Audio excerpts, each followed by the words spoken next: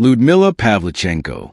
The name resonates through the annals of World War II history, a testament to unwavering courage, exceptional skill, and a fierce determination to defend her homeland. Known as the Soviet Union's most celebrated female sniper, Lyudmila's official record stands at an astonishing 309 confirmed kills of Nazi soldiers. But beyond the impressive statistics lies a compelling story of a young woman who, on the eve of war, was far removed from the battlefield, pursuing academic aspirations in the vibrant city of Kyiv. Her transformation from student to the Lady Death of the Eastern Front is a remarkable narrative of personal conviction and the extraordinary circumstances that forge heroes from ordinary citizens. Just a few short years before etching her name into the history books, Lyudmila Pavlichenko's life revolved around the pursuit of knowledge and athletic endeavors. In 1937, she successfully gained admission to the prestigious University of Kyiv, harboring ambitions for an academic career. By her own admission, she was one of the least likely individuals to ever wield a sniper rifle in combat. Her passions lay in the physical realm, excelling in various sports such as running, jumping, and swimming, disciplines that would unknowingly contribute to resilience and focus she would later display on the battlefield. It was a seemingly chance encounter that first piqued Lyudmila's interest in firearms. One day, she overheard a schoolmate boasting about his prowess at the shooting range. Intrigued, Lyudmila decided to try her own hand at the sport, perhaps viewing it as another athletic challenge. To her own surprise, she discovered a natural talent for marksmanship. This initial foray into the world of shooting quickly revealed a latent skill, a steady hand and keen eye that would soon be tested under the most extreme duress. In one memorable award-winning competition, Lyudmila demonstrated her innate ability by achieving perfect scores on all 15 of her shots, a clear indication of the extraordinary potential that lay within her. Lyudmila continued her academic pursuits, her life seemingly set on a peaceful trajectory. However, the dawn of June 22, 1941, shattered the fragile peace and irrevocably altered the course of her life, and the lives of millions. At 2 o'clock in the morning, the last train crossed the Bug River, marking the final moments of an uneasy truce on the Soviet-German border. Just an hour later, under the fading darkness of a short summer night, Hitler's Germany launched Operation Barbarossa, tearing apart the non-aggression pact with Stalin and unleashing a brutal invasion of the Soviet Union. The news of the invasion sent shockwaves across the nation, igniting a fervent desire to defend the motherland. For Lyudmila, this pivotal moment served as a profound turning point.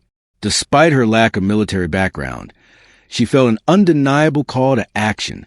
Determined to join the ranks of the Red Army, she faced considerable obstacles.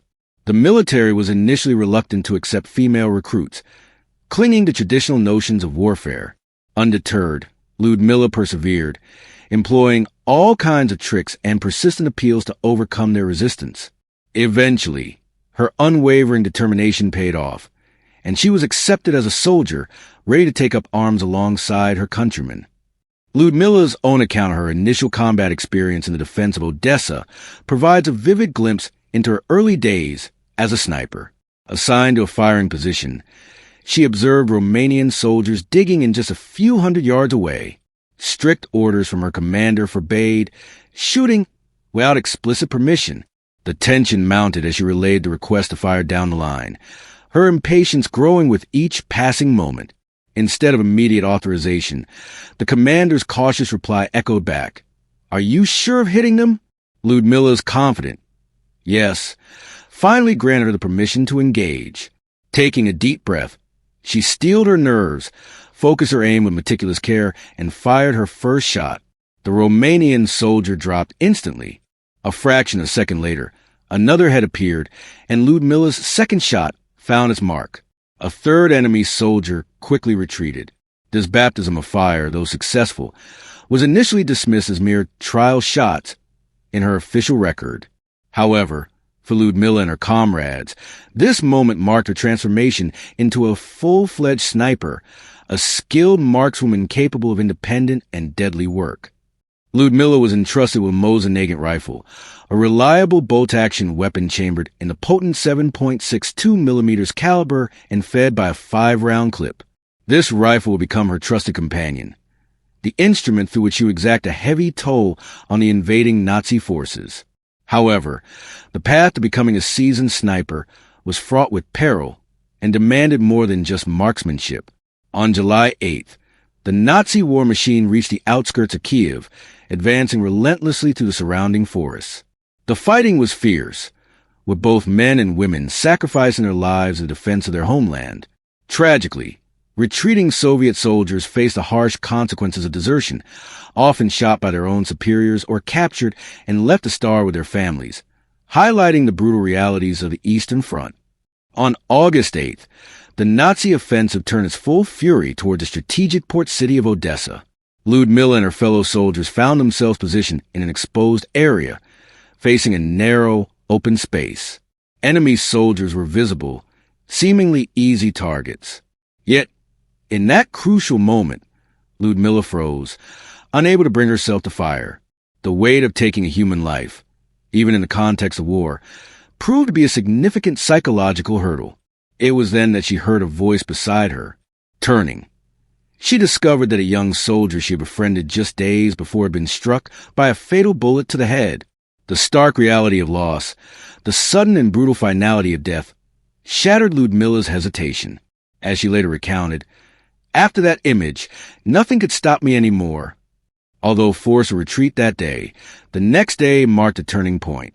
Lyudmila's resolve hardened, and she successfully neutralized her first German soldier, quickly followed by a second before the first even hit the ground. The battlefield was a brutal teacher, and Lyudmila quickly learned that marksmanship alone was not enough to survive against seasoned enemy snipers. It was a German sniper, she acknowledged, who truly taught her the essential skills of caution, endurance, and restraint. The slightest movement could draw a deadly shot, a bullet whistling just overhead or past her legs. The fleeting glimpse of the German helmet, a mere fraction visible above the terrain, would trigger an instinctive desire to fire. But these were often decoys, carefully placed to lure Soviet snipers into revealing their positions. The moment a shot was fired, a devastating barrage of German fire would erupt, forcing Lyudmila to crawl back to safety, more dead than alive, just to catch her breath. However, with each encounter, she adapted, learning their tactics, their tricks, and mastering the art of concealing her own position. Gradually, the odds began to shift, and Lyudmila's skill and cunning allowed her to turn the tables on her deadly adversaries. Having deciphered the German sniper tactics, Lyudmila transformed into an almost unstoppable force.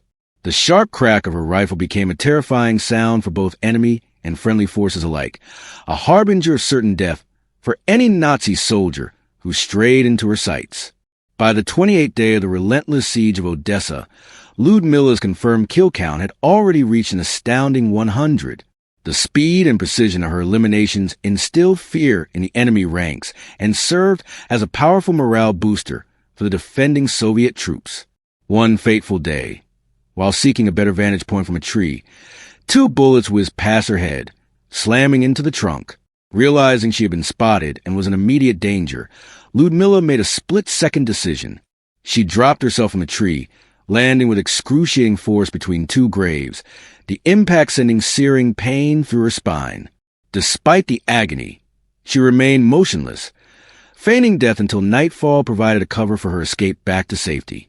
The war in Odessa grew increasingly fierce, leaving the city in ruins. Amidst the devastation, Lyudmila continued her deadly work, adding another 87 Nazi soldiers to her tally in September. Following heavy losses within her unit, Lyudmila was entrusted with command, a testament to her leadership and resilience. After the eventual fall of Odessa, her duty called her to the strategically vital city of Sevastopol. Here, the fighting was even more intense, the stakes even higher. Lyudmila's dedication was unwavering. She would often remain fixed in a single, concealed position for days on end, enduring hunger, thirst, and the biting cold, patiently waiting for that one decisive shot. The physical toll was immense. She lost weight and became almost unrecognizable as the harsh winter months approached. Yet, her resolve never wavered. The Soviet command recognized the power of her legend, using her remarkable achievements to inspire other soldiers, broadcasting messages that highlighted her courage. If even a young woman like this can fight that much, one day, Despite heavy rain obscuring her vision, Lyudmila's keen senses and practiced skill allowed her to take down a German soldier from an incredible distance. The shot was so precise, so improbable under the adverse conditions, that the Germans immediately recognized the handiwork of only one person, Lyudmila. In a brazen attempt to demoralize her, a German officer stood up, exposing himself to deadly fire, and shouted across the battlefield, "Lyudmila, leave your Bolshevik friends and come and join us." Without hesitation, Lyudmila calmly took aim and squeezed the trigger. The German officer fell dead on the spot, a stark testament to her unwavering loyalty and lethal accuracy.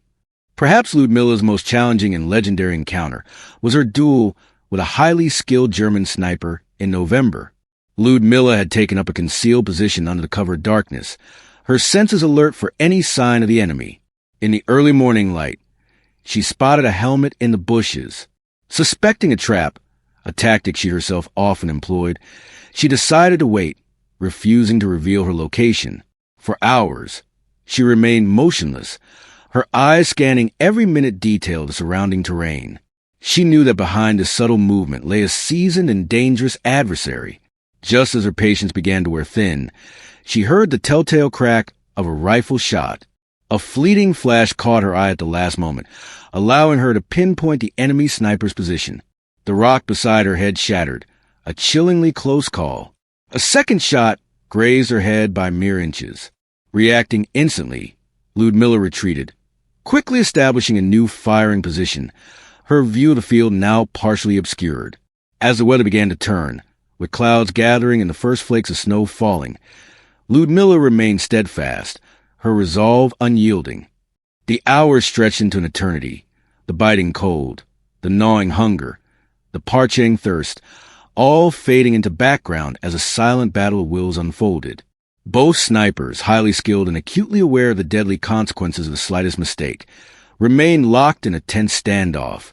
After 10 long hours of unwavering vigilance, the German sniper finally made a fatal error. He barely lifted his head for a fraction of a second, just enough for Lyudmila to acquire her target. Her shot was precise and deadly, the bullet finding its mark at his forehead. The victor was Lyudmila, and the soldier she had eliminated was no ordinary marksman. He was an expert sniper credited with over 400 kills since the Battle of Dunkirk, a testament to the exceptional skill Lyudmila had overcome. The personal cost of war struck Lyudmila with devastating force when the Nazis killed her husband. Grief and a burning desire for revenge fueled her resolve. She swore to avenge his death and set an immediate goal, to increase her kill count from 257 to 300 in a matter of days. Driven by this personal vendetta, she channeled her grief into deadly accuracy, relentlessly hunting the enemy. Having kept her vow and surpassed her goal, reaching confirmed total of 309 kills, Lyudmila's final day on her mission in Sevastopol brought a chilling message broadcast over loudspeakers.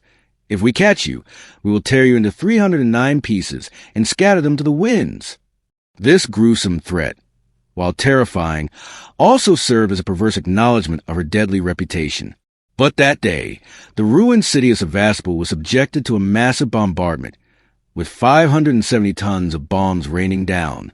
One of the shrapnel fragments struck Lyudmila, severely wounding her and forcing her evacuation from besieged city by submarine. On July 1st, Sevastopol would ultimately fall to the relentless Nazi onslaught.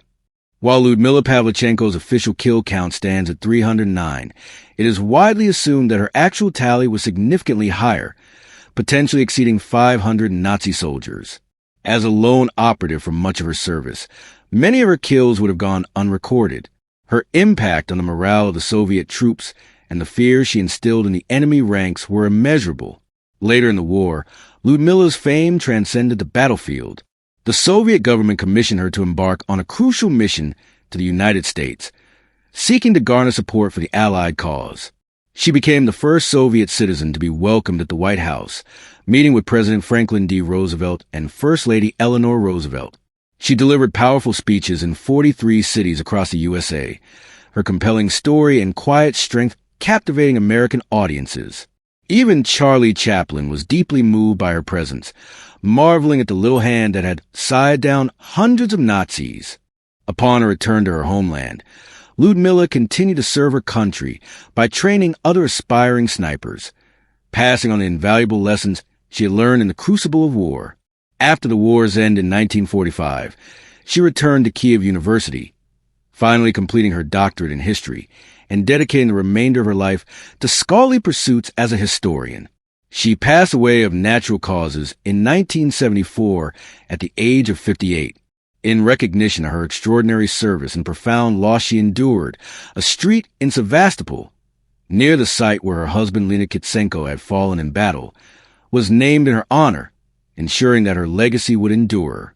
Her remarkable life story has been immortalized in the 2015 film Battle for Sevastopol, and her legendary status has even inspired a character, Paulina Petrova, in the popular video game Call of Duty, Vanguard, ensuring that the tale of the Lady Death continues to resonate with new generations.